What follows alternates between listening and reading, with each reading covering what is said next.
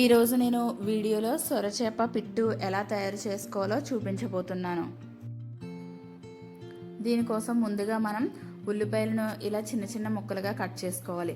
తర్వాత పచ్చిమిర్చిని కూడా చిన్న ముక్కలుగా కట్ చేసుకుని పక్కన పెట్టుకోవాలి. ఇప్పుడు సొరచేపను తీసుకొని ఇలా మెత్తగా మెదుపుకోవాలి. ఇది ఆల్రెడీ ప్రాసెస్ చేసేసిన ఫిష్ అండి.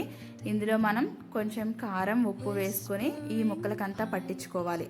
ఇప్పుడు స్టవ్ మీద పాన్ పెట్టుకొని 2 టేబుల్ స్పూన్ల నూనె వేసి దానిలో కొద్దిగా కరివేపాకు, పచ్చిమిర్చి తీసుకొని వేయించుకోవాలి. ఇవి వేయించుకున్న తర్వాత ఇందులోకి మనం కట్ చేసుకున్న ఉల్లిపాయ ముక్కలను తీసుకొని బాగా వేయించుకోవాలి. ఉల్లిపాయ ముక్కలు బాగా వేగిన తర్వాత 1 స్పూన్ అల్లం వెల్లుల్లి పేస్ట్ వేసుకొని ఇది వాసన పోయిన తర్వాత దీనిలో ధనియాల పొడి, టేస్ట్కి తగినంత కారం, ఉప్పు వేసుకొని తర్వాత ఇందులోకి ఆల్రెడీ మనం పక్కన పెట్టుకున్నాం కదండి, ఆ సొరచేపని వేసుకోవాలి.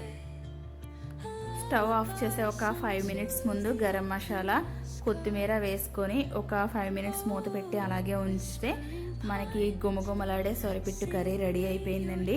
దీన్ని వేడి వేడి అన్నంలో వేసుకొని తింటే ఆహా ఏమి రుచి!